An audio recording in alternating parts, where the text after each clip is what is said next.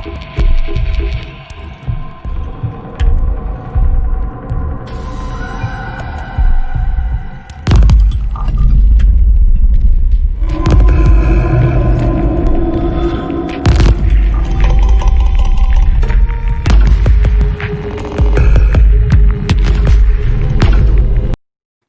right, good evening, everybody. Welcome to another episode of The Gathering, hosted by SRS Paranormal. Tonight is part one of a two-part special event that we're doing where we're going to discuss demonology and exorcism. So tonight we are honored to have Bishop James Long with us. He will tell you all about his background here in just a few minutes. But we're excited because we're going to talk about the topic of demonology and exorcism. We're going to go over some of his experiences in I believe it's 27 exorcisms that he's been part of. So he's going to talk a little bit about that. We're also going to talk about when is it time to actually reach out to somebody like this? When does a team what are the parameters that a team needs to look at in order to make a decision to reach out to somebody that is an expert in that field? So without further ado, again, James, thank you very much for being on. We are honored to have you here. Just go ahead and tell everybody a little bit about yourself and your background. Yeah, well, first, thanks for having me on. I really do appreciate this, the chat with people. I don't really do a whole lot of these things because I'm very, very busy just with ministry in general. But I studied for the Roman Catholic priesthood for 6 years, but I really felt called to serve in the old Catholic Church because for me, I didn't care what religion or lack thereof someone had or celebrated. I wanted to be able to help anybody. And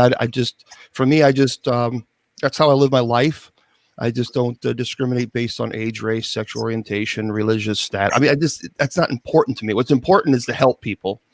And so I was mentored by an exorcist. At 9 years old, I remember picking up my first book on demonology. And those were back in the card catalog days, in the library, not the fancy stuff they have now, which I probably could not operate. But I couldn't put them down. I couldn't put the book. I kept wanting more books and more books and more books. And I mean, I knew I wanted to be a priest when I was 5 years old.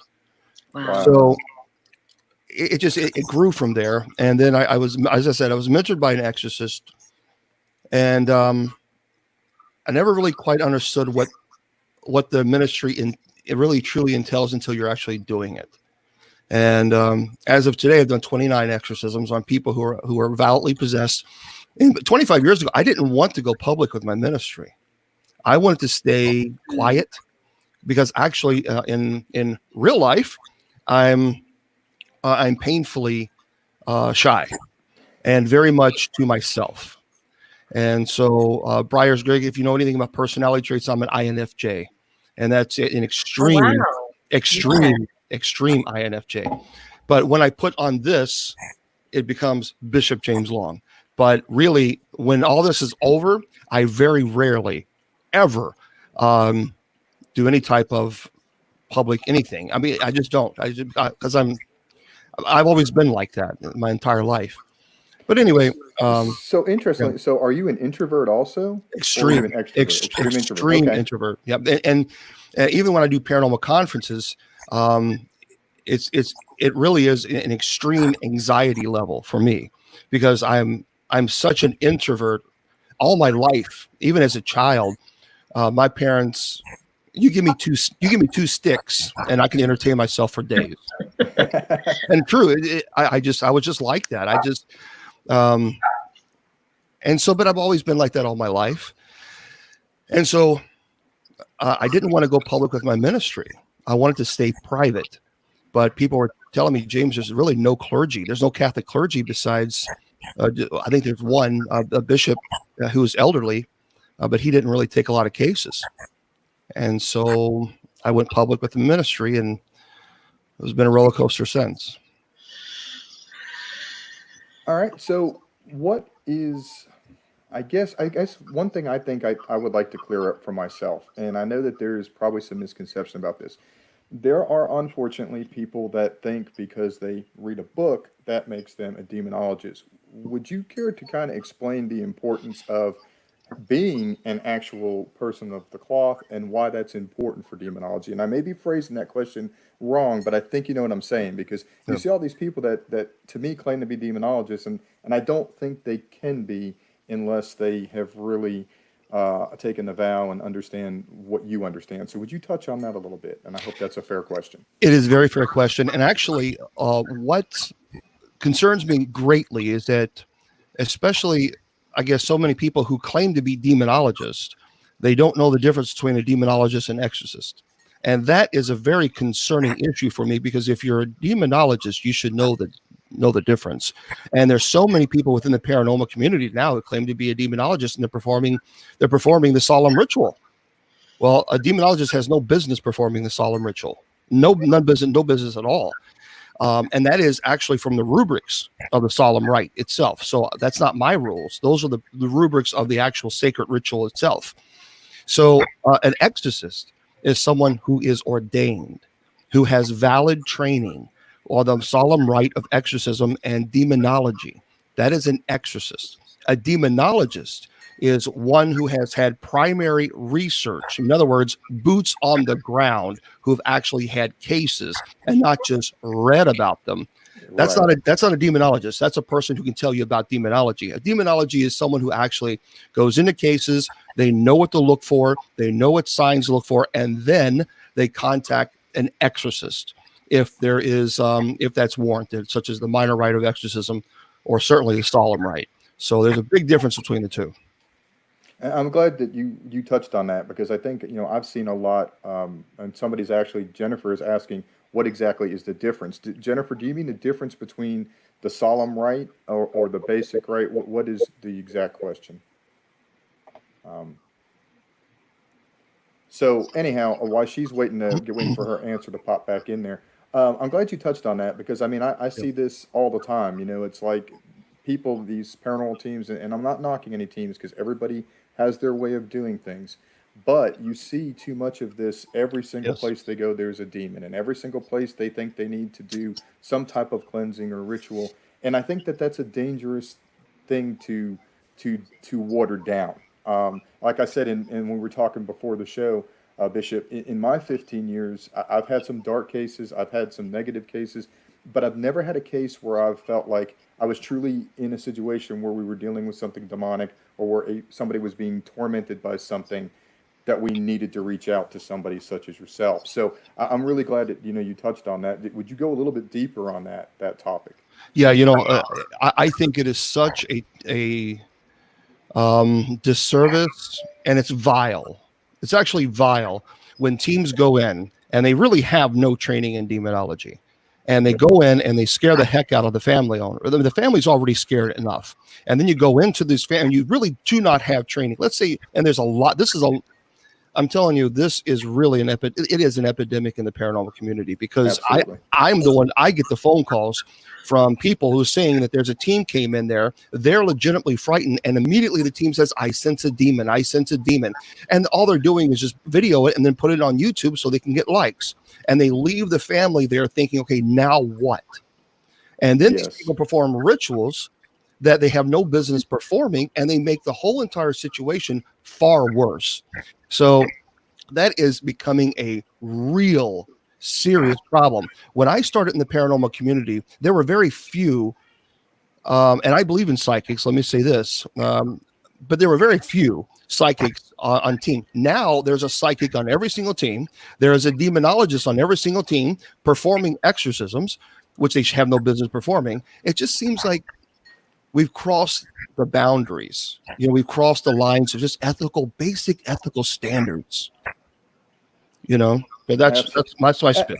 Absolutely, and we actually have psychics on our team, but we don't do that type of work because that's not what we think we're supposed to do. We're in there to try and get answers to the experiences that these individuals are having. If we deem that it's something above what we're capable of handling, or we think that there is a serious threat, we're going to reach out to somebody like you that is skilled in that, because that is seriously important that you have that. Hi, Daryl. You have that, that understanding of what you're dealing with. So I think that's a really important Definitely a really important issue. So you mentioned that you're the guy that has to get called in when that happens. So Hmm. what's your advice for the teams that think they may legitimately have a demonic situation? And when we get a little deeper into demonic, there's different levels of demonic cases too. But what's the first step for a team that is facing something like that? Leave. Wow. I mean, leave, because here's the problem. If you truly believe that you are in the presence of a demonic entity, and you continue to investigate, now the only thing that you have done is created an invitation. Because the minute that you say, is there anyone or anything here? Can you make a noise? That is the invitation it needs. And now you have just brought that home, and your family members have to suffer from that. So if it's a legitimately, if you really truly believe, okay, all the signs are looking towards it, this is demonic, then you need to leave it alone. Stop. I mean, really, just stop. Just don't go. When I was in the seminary, we were taught, never act with a doubtful conscience. You may allow an evil to occur. So in other words, if you go into a home and you have a doubtful conscience, you are thinking that this is demonic, but you don't quite know, and you still take your team in there, you may allow an evil to occur, which is one of your team members may be attacked. So you just simply don't do it. Always err on the side of caution. What would be some of the steps that you would take? What would be some of the red flags for a team if they were called in? As far as the red flags of knowing that it could be demonic? Mm-hmm. Yeah, well, religious objects are usually desecrated. There is foul odors.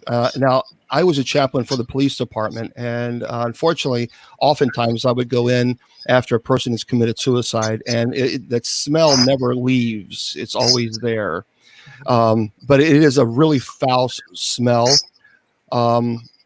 Animals are usually very frightened, but that could also be malevolent, not necessarily demonic. Okay. But it is a complete change in the animal behavior to the point where it's very aggressive, hair standing on the back of the neck. And when you walk into it feels dread. Let me tell you something. You don't have to guess if there's a demonic entity into the home. Mm-hmm. There's no guessing involved. We have that innate ability as human beings called the sixth sense. Mm-hmm. Absolutely. And when our conscience is telling us something isn't right. Now, that could be your guardian angel, that could be your intuition, whatever you want to call it. But the fact is we have that gift. And you can have a $20,000 FLIR camera all day long. But I always tell people, follow your conscience, follow your intuition. Absolutely. And if your gut is telling you something isn't right here, then you need to turn around and call clergy. Let us deal with the after effects of what oppression, because I will always live under the oppression for the rest of my life. For the rest of my life, I will be oppressed. And that is a consequence for being in this ministry. But I accept that. And so I would stay away for the betterment of everybody. So there are different types of actual demonic cases too, right? There's a difference between somebody who's being influenced or oppressed or fully possessed or a demonic infestation. There's differences there, right? There is, and a lot of people don't understand this. They've heard infestation, oppression, possession, and really, unfortunately, that's not the entire story. That's a generic form to explain what happens with demonic entities. So really, you have demonic infestation, but there is ordinary demonic activity and extraordinary demonic activity. An ordinary demonic activity is, for example, it's influencing you to do things that you normally would not do. Sin, the seven deadly sins: cheat on your spouse, whatever, or gluttony, or spend all your money, whatever it might be. That is ordinary demonic activity. Truly destructive behavior, right? It is, but now you have to understand, we're talking about just general sin, all right, now, but when we're talking about extraordinary demonic activity, that's when we get into the infestation, oppression, obsession, and then possession. And so the infestation is when it's infested itself in the home. Demonic oppression is beginning the physical attacks. And that's when it begins to, literally attack you. You're either hitting you, punching you, biting you, scratching you. the old hag syndrome that many people think of as far as incubus and succubus. Right. And then demonic obsession is when it begins to affect the person's intellect. So you hear, you're stupid. No one loves you. Just go ahead and commit suicide. You're worthless. Now that mimics very much schizophrenia. Right. And so that's why you have to be very careful. And then you have once the intellect and will of the individual is then eradicated, so through demonic oppression and demonic obsession, the intellect and will literally it's a process. So imagine you losing everything. Imagine your health deteriorates. You can't sleep, literally can't sleep. And so you haven't slept in a week. You're hallucinating. You clearly are having huge bags under your eyes. I mean, it is affecting your very psyche. And then the will, you get beaten down so much that you just can't fight. You give up. Wow. I mean, you literally, there is no more energy left in you to fight. It's not this. A lot of people sometimes exaggerate, say, oh, I'm just so tired. No. This is a constant stage of exhaustion with no relief. So it's literally sucking, for lack of better words, it's sucking the life out of you. I mean, it truly No question. is draining your life force. Absolutely, it is. Absolutely. And then you have, of course, after that, possession. So, but it is a process. It's not something that takes, many people think that sometimes it takes, 5 hours or 5 minutes. No, it's a process to eradicate the intellect and will of the person. It doesn't happen overnight. We've got a question on the screen from Cindy. Would sleep paralysis be demonic? No, well, not necessarily.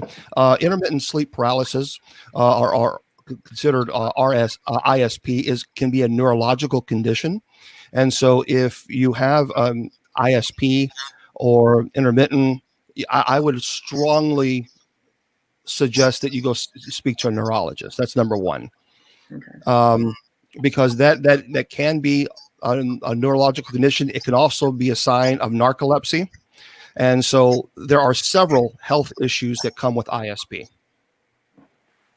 But now when you're dealing with an incubus and succubus, which I've had several of those cases, and they were very, very violent, the person would be held down. However, the person was held down. Normally ISP, that occurs when the person is just waking up, when the consciousness is now taking awareness and the subconscious is taking a back seat, or when the person is literally falling asleep. Now, during those times when you have ISP, the majority of those times is that it's a neurological condition that actually can be treated with medicine. So if that's happening when you're just waking up, or when you're just going to sleep and you're having ISP, you really should get checked out by your primary care physician. But with an incubus and succubus, it's irrelevant. Those two conditions are not there when you have an incubus and succubus. In other words, you can be held down and you cannot move, and you are wide awake in the afternoon. And so they're not contingent. So it's more of an attack than like sleep paralysis, which is a neurological condition. So that leads me to a question, though, real quick for you, Bishop. So part of, I'm sure, your training in your ministry, you have to understand the difference between the medical and physical. And I know even for us, when we go in for home cases, we ask the questions about mental health and those things, because even on the paranormal side of things, sometimes those are the answers, and it's not necessarily something, paranormal, obviously. So in your work, that's got to be even more important because of the mimicking of schizophrenia and those type of things.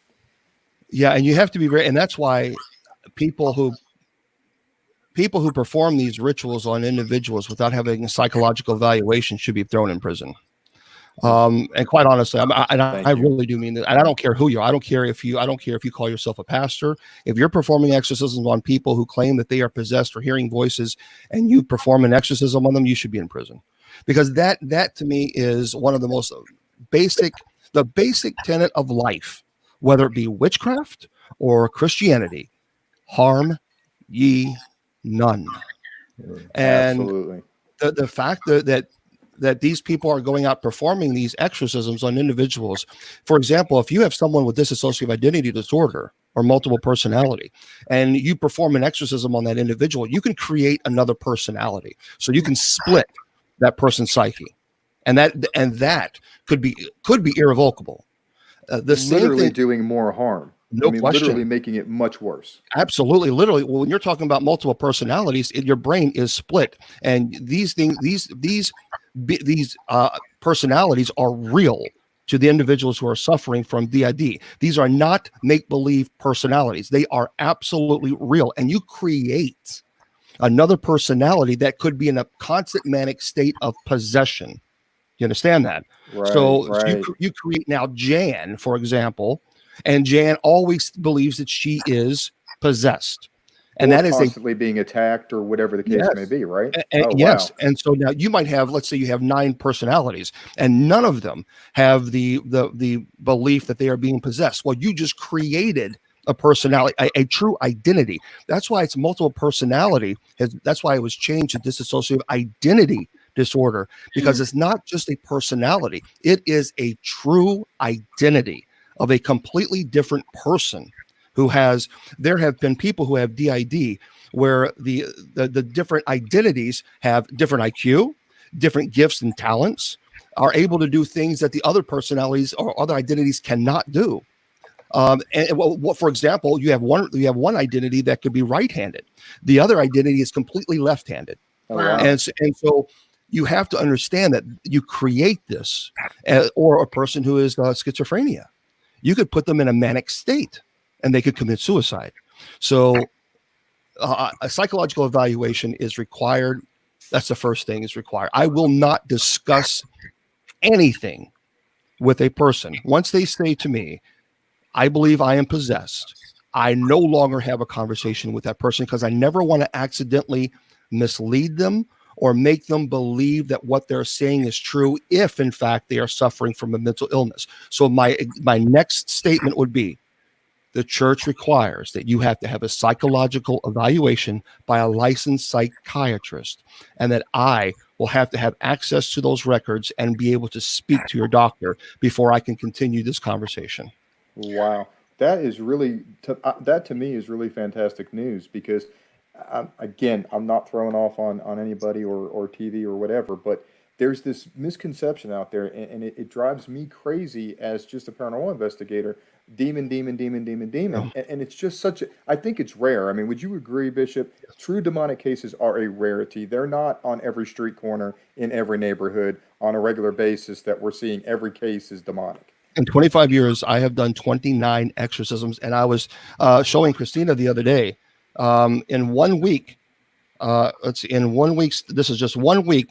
There's 2,714 emails. Oh my gosh. And that's my ministry. That's my ministry email. So that's not my personal email. That's just my ministry email. And so, and I've been doing this for almost 25 years now. So I can tell you that it is very, very rare.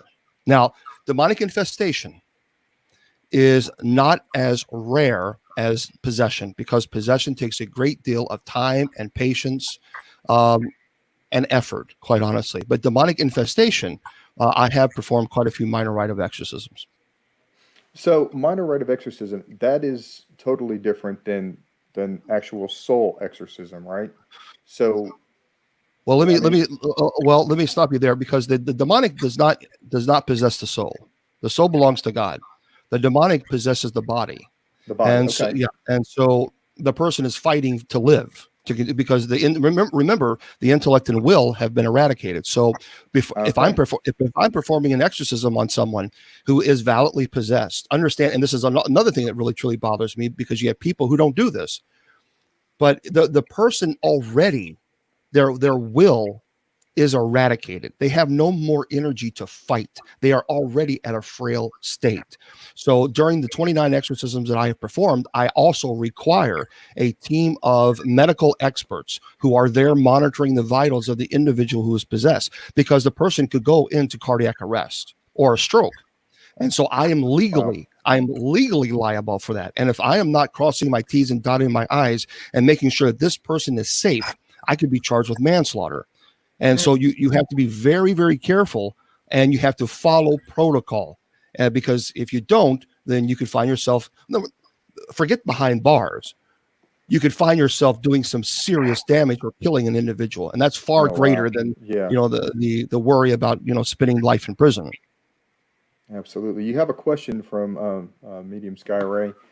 She wants to know, what are your thoughts with how mental and behavioral health fields that are just one-sided and traditional when someone is getting evaluated and they don't believe? Yeah, that's a tough one, because I've talked to a lot of mental health experts, and they just absolutely are bound and determined not to believe in this stuff, because there's many of them are scientists, and they can't see it. If they can't judge it, if they can't clearly define it, then they want to medicate it, and medication is not always the answer. But when you are dealing with a true mental health issue, then that's you obviously have to make sure that you're getting the mental health that you need. However, I have actually had quite a few psychiatrists that when I speak to the individual, to the doctor, and I say, okay, what do you think? And the doctor even themselves said there are things that's going on that I cannot explain, such as markings on the body that will appear on the body. I have never seen, I've seen what I would define as minimal levitation, but certainly nothing like The Exorcist. But they have witnessed, these doctors have witnessed individuals who are actually in hospitals, who are patients. They have witnessed levitations, and that has nothing to do with psychological evaluation. So a person who can speak in dead languages, who have no knowledge of Aramaic or Latin, and all of a sudden they're speaking in Latin. Where's that coming from? Exactly. Where's that coming? That's not a psychological illness. There's something else going on. Sky had a follow-up. She said the risk of those small few who are needing the spiritual help. Whoops, I lost the question. Sorry. I'll have to back up now. Help after an evaluation and nowhere to go. The risk for those small few who needing the spiritual help. Yeah, after evaluation. Yeah. It is a very, very risky situation, and not only risky, but I think unethical to perform an exorcism on someone who has, let's just say, someone who has dissociative identity disorder. And let us say that that individual could in fact be possessed, because it's quite possible. It does create a major ethical dilemma for the exorcist, because on one hand, you do not want to do psychological damage to the individual. And on the other hand, you know that this person is truly suffering from possession. So, but here's what's interesting. I have had a case where someone believed that they had DID, but they were never diagnosed officially with it, but they truly believe that they had it. And they told me that their other identities were never bothered by the demonic entity, that there was only one identity that they always define that they, meaning that the group in the person's mind, that only one individual suffered from possession, and all others did not. Of course, I would not perform an exorcism on this individual without having a psychological evaluation, but I do have to go to the psychiatrist, and I ask them, would performing the sacred ritual exorcism on your patient cause them to have irrevocable and possibly even worse psychological damage? And based on their response, I then have to go to the Council of Bishops at my church and say, okay, this is what we're dealing with. How do we proceed? So the choice to proceed with an exorcism is not based on one person's decision. No. No. It's absolutely not, because it's sanctioned by the church. So while I'm performing the exorcism, the church, the clergy are all praying during this time. So we are invoking God. We are invoking for us the Christ, the Holy Spirit, all the angels and saints above. We are calling down, because when an exorcist stands in the room with a person who's possessed, we will do the litany of the saints. The litany of the saints is invoking all the saints, and an exorcist should be able to feel the presence of all the saints that they invoke surrounding them. So the exorcist is not standing alone. The exorcist is standing there surrounded by angels and saints, ready to do battle with ever this demonic, because I need that help, because I am a mortal, and I'm going Right. against a spirit that has evil intentions. And I need to be able to call on all the energy that I can possibly call upon, because without them, I could not do this ministry. Meaning my guardian angels, the litany of saints, I simply couldn't. I wouldn't have the energy. I mean, there have been times after an exorcism, literally, that I could wring my shirt out and it looked like I'd just gotten it out of the washer. It was absolutely soaked. I can't imagine. It's going to be extremely physically draining, like you said. Yeah. And mentally and emotionally as well. So so basically you need that spiritual armor, and that makes perfect sense because you are dealing with something that is and was in fact never human. So I was wanting to ask about the process. So could you explain a little bit about the process when you get a call and you go to a house, and then what happens kind of after that? Yeah. I mean, you evaluate the person and then you have to clear it through the church or whatever. I mean, so about 20 years ago, I started the Paranormal Clergy, and the Paranormal Clergy was specifically designed to have teams all across the United States who are actually qualified, who actually do investigations. And so they go to these houses and they gather the information, they gather the evidence and they send it to Rich Valdez, who serves as a demonologist for the church. Now, Rich will then look at all the information, and if Rich is concerned, then he'll call me and say, Bishop, we got a problem. I then look at the evidence, I look at everything that we have, and then based on what we find, we go to that route where I get involved. When I get involved with it, we have already passed all the investigation. We're not investigating anymore. If I am involved with it, now we're ready for business. We're not there. No more investigations, no more EVPs, no more anything. Now we're ready to battle. And so when it gets to my level, if it's dealing with a minor rite of exorcism, then I am allowed to go in and I do what I have to do. If it's the solemn rite of exorcism, that's when you have a whole host of legal issues that you have to make sure that you cross before that can even be considered. And so once all the evidence is given to us and it is clear that this person is dealing with a possession, then I go take it to the church. The church says, yes, we sanction this. And I let them know this is the date. They've had the psychological evaluation. It's been cleared. Everything is good. I go to the house. Now, there's a difference between transient possession and perfect possession. Transient possession is when the demonic entity leaves the body, enters the body, and leaves at will. And now perfect possession is when there is no relief. It's in a constant stage of possession. And that's very scary because the person never gets any relief. You know, when you have transient possession, the demonic entity will come into your body, it will do the damage, and it will leave. But you're able to eat, you're able to drink. But when you're under transient possession, you can't.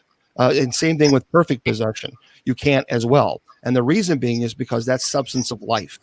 So if you're trying to eat and that's why in the Exorcist movie, the pea soup is actually kind of based in reality, because if you're trying to eat something during possession and you're trying to basically hydrate, then you become violently ill. That's why you have to have medical team there who's actually monitoring the vitals and perhaps even administering IVs, because the dehydration is a very serious problem during an exorcism, especially because the person can't have food or water because they become violently ill.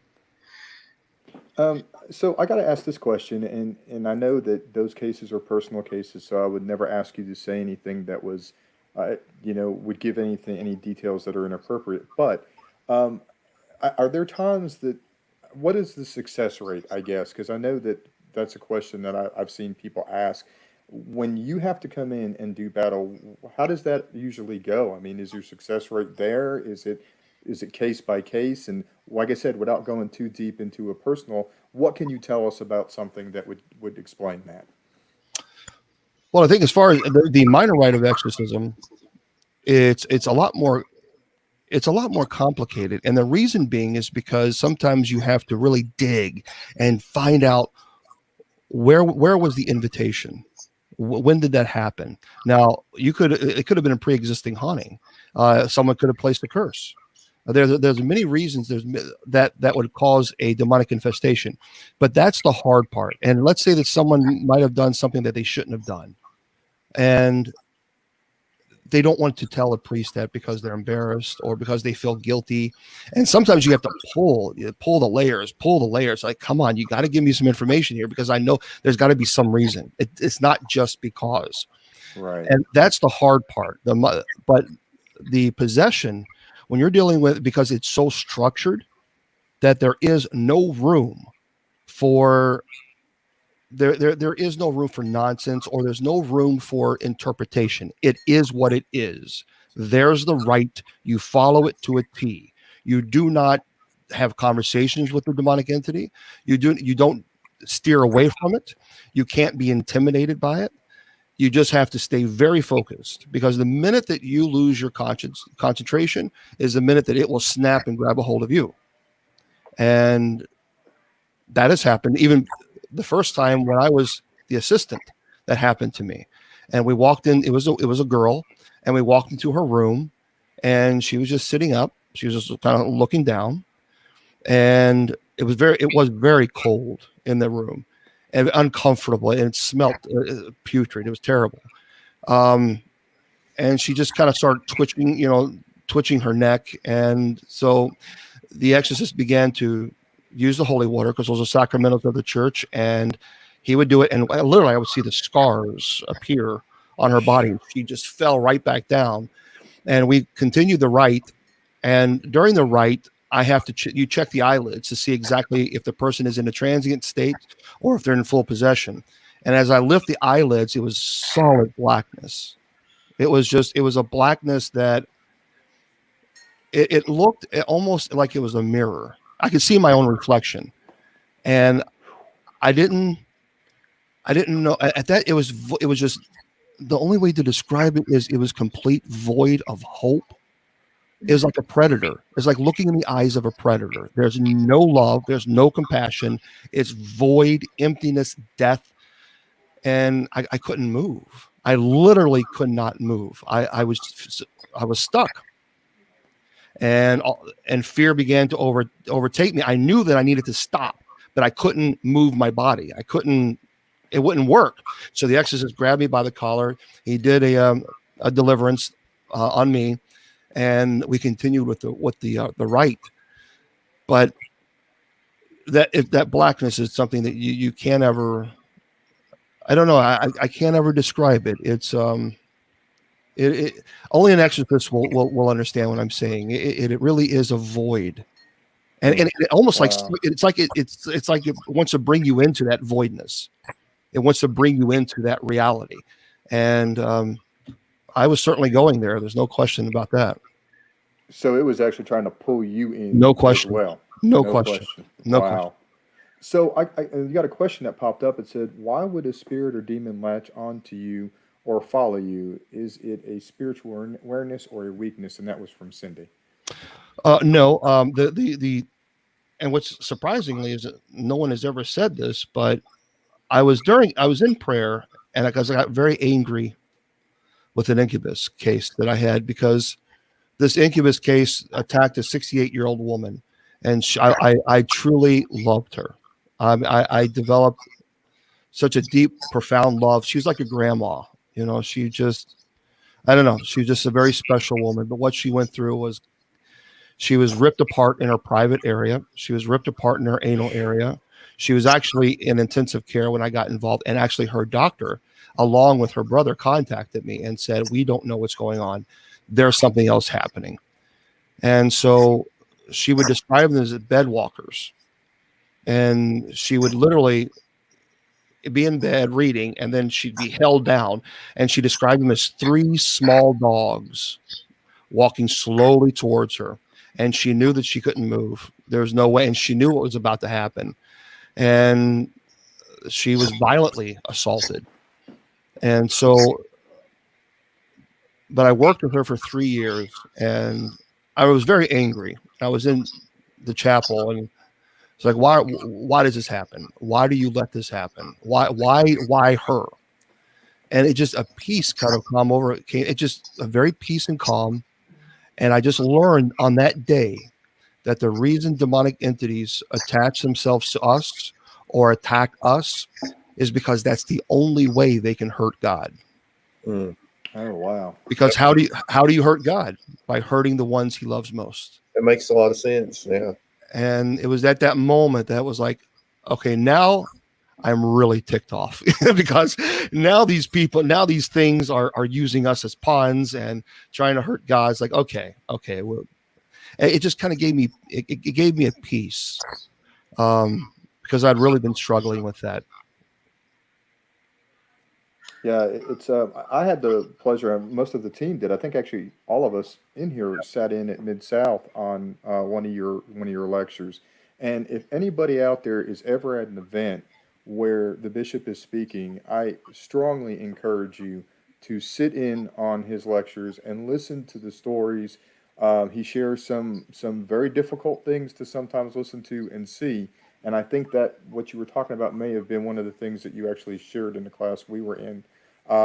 It's you need to see it because it really puts in perspective the real danger that's associated with that, and what we as researchers and paranormal investigators need to really be sure that we're doing things right so that we don't create problems or make things worse or manifest things or just do the things that are absolutely inappropriate, that we sometimes can get led into doing because we don't know any better. We will do that, Sky. Sorry, I was trying to read that same time. I got sidetracked there. I saw my name pop up over there, so I kind of looked at the comments. But no, please, guys, if you are ever someplace and get the chance to hear him speak, another thing that you often bring to some of those conventions and things is haunted artifacts. So, do you have a collection of haunted artifacts that are associated with these type of cases? Are they all per se malevolent and demonic stuff, or what little bit of both? How would you categorize those items? Yeah, I have actually a pretty large collection, and these come from cases that are very violent, and what the families believe was the root of the problem. I have some things that are pretty bad. I mean, there was one time at the gates. I went to the Gates of Hell Cemetery because the family, Gates of Hell, and it's interesting, in Kentucky, it's known as Casey Cemetery. 20 years ago, when I was with the team, we are the ones that coined that cemetery, Gates of Hell. I didn't know that. Yep, Wow. I went to because I was on Para X Radio, and I was talking about it. And I said, folks, from now on, this cemetery needs to be called the Gates of Hell. And that was way back in 15, almost 20 years ago. And because you go to that cemetery, it is bad. So can I stop you right there and ask a question? Yeah. Should my case manager, Al James, go and investigate that cemetery that he's invited with somebody to go and investigate? Hey, well, Al, I have a question for you, buddy. Okay. I have a couple questions for you. Kitty. Are you married? I'm not married. I'm widowed. So All right. Do you have a job? I do have a job.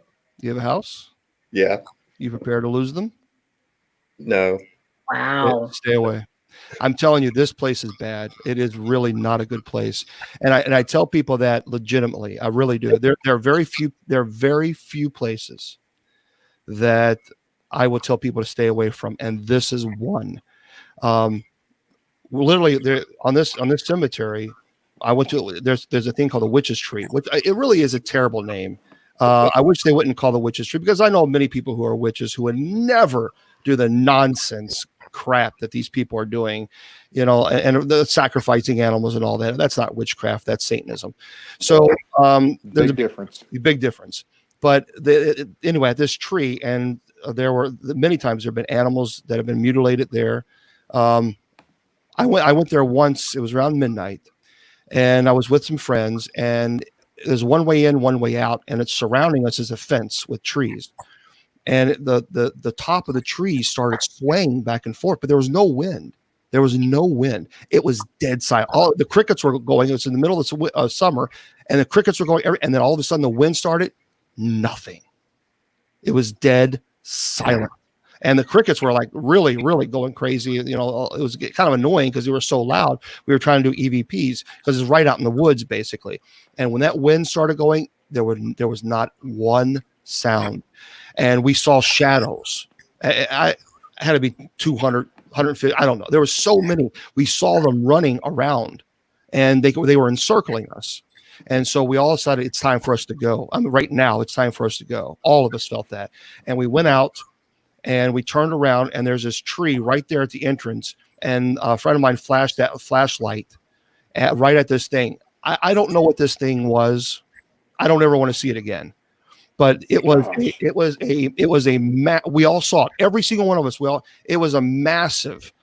To me, it looked like about 10 foot tall. It was in this tree. This tree was huge, and it looked like a bat figure to me. The eyes were completely solid red. It was looking right down on us. The wingspan, the wings were out. I saw the wings. It looked like a bat wing. That's what it looked like to me, and it was so clear.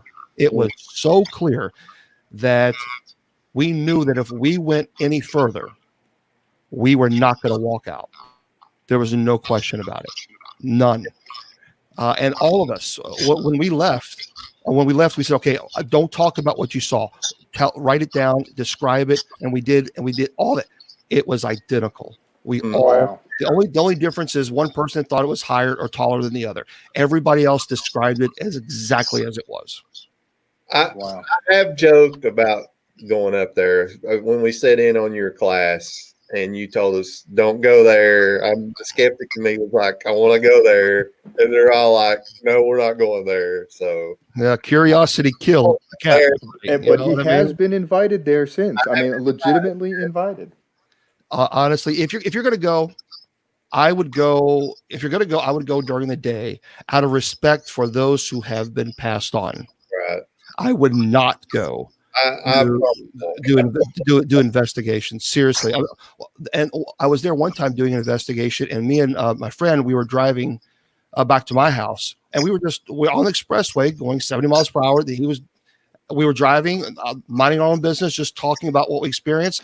And I kept seeing this thing right behind us in the back seat. I was like, what the heck?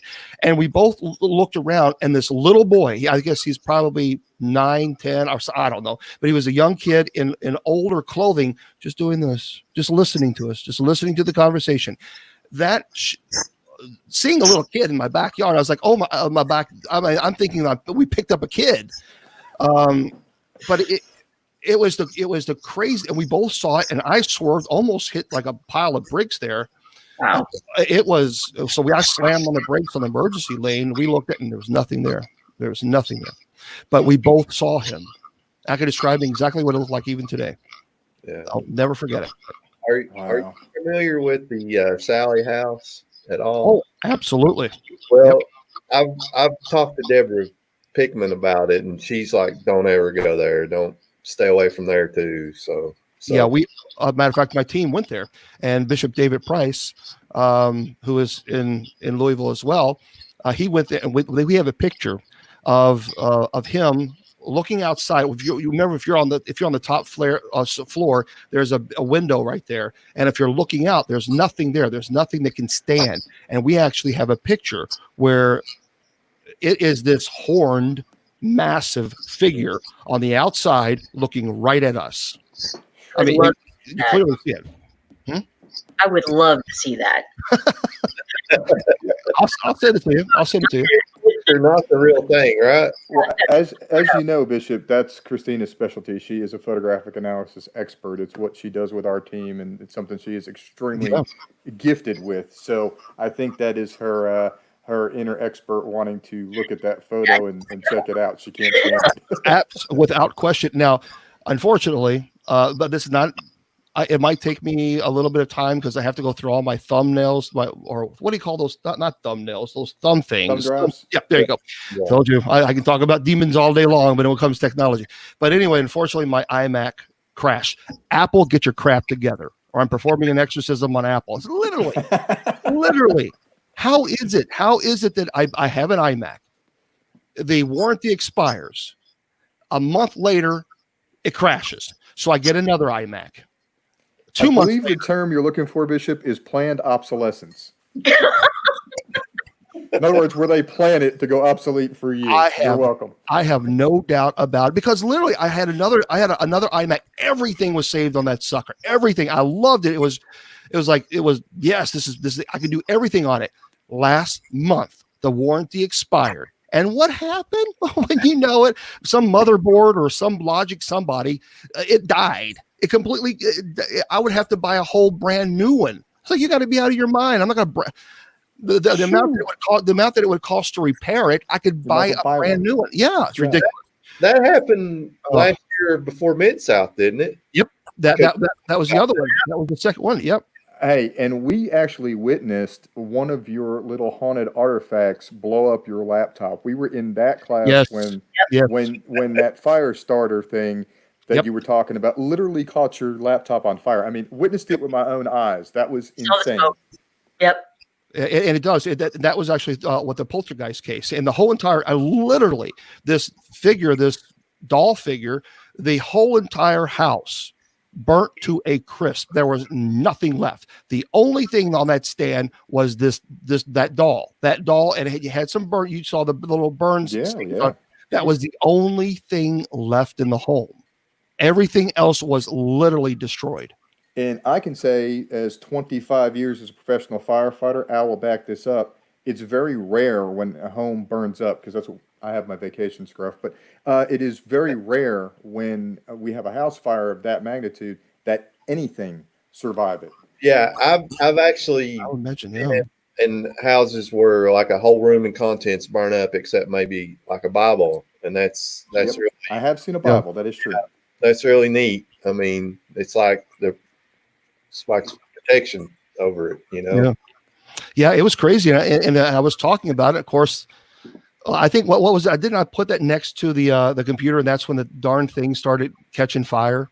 Yes. And that was a good thumb thing, printing nail thing. I know. Yeah, that was we good witnessed it happen. I mean, you were talking about this thing's power, and it was like it decided to show it. It was crazy. And that was the doll nobody would touch too. Yes, rightfully so. No, that's actually that is locked up. That is in a place of its own. I don't have it anywhere near, because I don't want it to cause any more problems. Enough's enough. So I have it encased, and it's not around anything. Definitely no joke. But before we're about out of time, we have about 7.5 minutes left. I wanted to touch on one thing that I think is very important. Well, two topics really. One is all the stuff that you do, even your classes. That money goes to your ministries, right? I mean, that doesn't go to you. And I'd like you to touch on that a little bit about your courses, how people could take them, because I know that I'm getting ready to enroll in them. I think Christine and Rhonda may have already started them. But I am going to enroll in your classes because I really believe in what you're doing and what you're teaching the paranormal, because I think it's our responsibility as researchers to get more and more knowledge and education. So please touch on your ministry as far as what those monies go to and your courses themselves. Well, I've been doing homeless ministry for 30 years now. I was a shelter coordinator at a homeless shelter, and I've been doing that for a very, very, very long time. I'm incredibly passionate about that, because you meet all kinds of people, and most of us are a paycheck or two paychecks away from being homeless ourselves. And so you just never know what's going to happen the next day or next month or next year. And I meet a lot of people who have been very successful, and life just happens. And so I've been going to homeless camps in Indiana, Kentucky, and Tennessee, and I pass out food and clothes, sleeping bags, sometimes tents if the donations are there. And I also have single moms. And I've been doing it for about 15 years or so. And that's rough, because there's a lot of single moms who are young, and they get it out of a very abusive relationship. And so they need help. And unfortunately, people always say, well, why don't they just go and get help from the government? Well, if you've ever gotten help from the government, you know how slow it is. It's not the next day. And in the meantime, they need food today. They need to keep their apartments today. There's a process. Sometimes it can be 30 to 60 days before they receive any type of assistance. And so what I do is I take the money that I have from these courses, and I put it right back into the ministry. That's amazing. That's the only way it pays. There's no other way. I mean, right now we have $11.32 in our account, and so I can't help anybody with that. And Right. Anybody who wanted to donate could go directly to your website and donate through that way. Yeah, bishopjameslong.com, and they can either donate to the homeless or to single moms or both, whatever one they choose. We also have had that scrolling along the bottom of the screen. We have popped up on a banner, and it is in the description that will be on our Facebook page, on our website, and as well as on our YouTube link for this video. So yes, so those courses, though, I think are something that everybody should also consider doing, because that's where you get the opportunity to make sure people like us don't make the mistakes or the pitfalls that we talked about that can happen even inadvertently. Yeah, and I teach demonology, angelology, genealogy, and paranormal studies, and so it's in depth. A lot of people love, surprisingly, the angelology course. They're really into that course, and at least through the past, I've gotten a lot of good feedback from the demonology and angelology, so they seem to really like that. So is it self-paced, like a lot of online college stuff is? I mean, I recently did a Oracles and Prophecies that was self-paced, and they give you like forever to do it, but it was a great class I did through Harvard EDX. So I was just curious, is yours that kind of a model where it's all self-paced? Where it's all self-paced. Well, it used to be online, and I've had to take that down, and unfortunately, I had to get attorneys involved because people were copying and pasting, and then they were selling it online. And I'm thinking to myself, do you realize that you are stealing money from me helping single moms feed their kids? You realize that, don't you? But it was a major problem. So what I've had to do is now take it off from online and then put it on a private Facebook page, because then I can kind of monitor a little bit better. Sure. And but that's what I had to do. Sure. But again, guys, if you get the opportunity to enroll in his classes, support his ministries, follow what he's doing. He has appeared even on several of the paranormal television shows, so I'm sure you've probably seen him out there in that side of things too. But make sure you catch his classes, or if you, like I said, get the opportunity to sit in if he's ever anywhere. And you will have an opportunity to come to Asheville. He will be at our big event, the Hexpo, in 2021. So if you come to Asheville, he will be there. He's a great guy to sit and talk with. I had the pleasure of doing that both in his lecture and just talking to him on the floor at Mid-South. He's a fantastic man, and really honored to have him here tonight, and really support what he does. I appreciate it. I'll give you that $50 after the show. Thank you. I was hoping you didn't forget. Guys, as far as our co-hosts here, do you guys have any other questions or anything else you want to cover? We got about 2.5 minutes before we have to get off. I had a quick question. Is there, okay, so if someone's possessed, they obviously need an exorcism. But if someone's just influenced, is there a way they can fight that themselves through prayer or whatever? Yeah, that's a great question. And then if they want me to help, then I do a prayer. That's what's called a prayer of deliverance. And so that's a big difference between an exorcism, a solemn rite, and then a prayer of deliverance. So a prayer of deliverance is when you have an attachment and it's affecting you. It's trying to harass you, trying to affect your intellect and will. That's when you have deliverance. After the intellect and will have been eradicated and the body is no longer under the control of the mind, that's when possession takes place. Right. Good question. But yeah, you can through prayer.